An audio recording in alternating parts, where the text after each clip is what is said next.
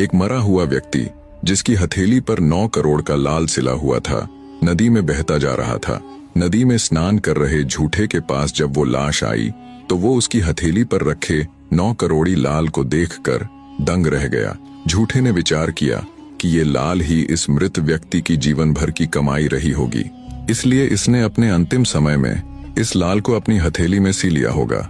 झूठे ने ये कहते हुए उसकी हथेली में सिला हुआ वो लाल उतार लिया कि भाई अब तुम्हारे तो ये किसी काम का है नहीं, पर हाँ, इससे मेरी जिंदगी जरूर बदल जाएगी।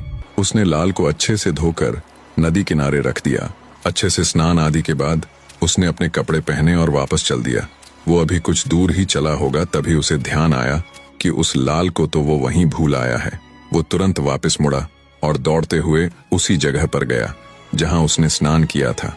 देखा तो उसका लाल ज्यों का त्यों वहीं पर रखा था। खुशी खुशी झूठे ने उसे उठाया और विचार किया कि राहगीर की प्रथम बात तो काम आ गई, और एक बार नहीं बल्कि 2-2 बार।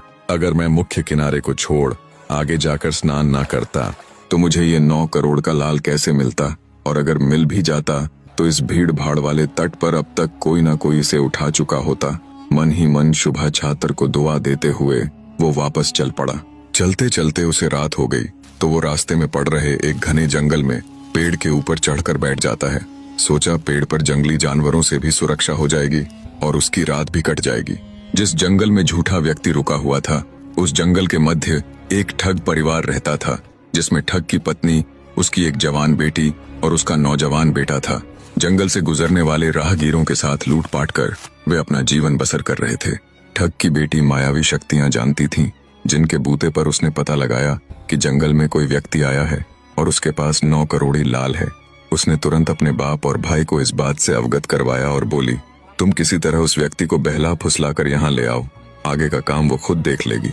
बेटी की बात सुन ठग और उसका बेटा तुरंत जंगल में निकल पड़ते हैं।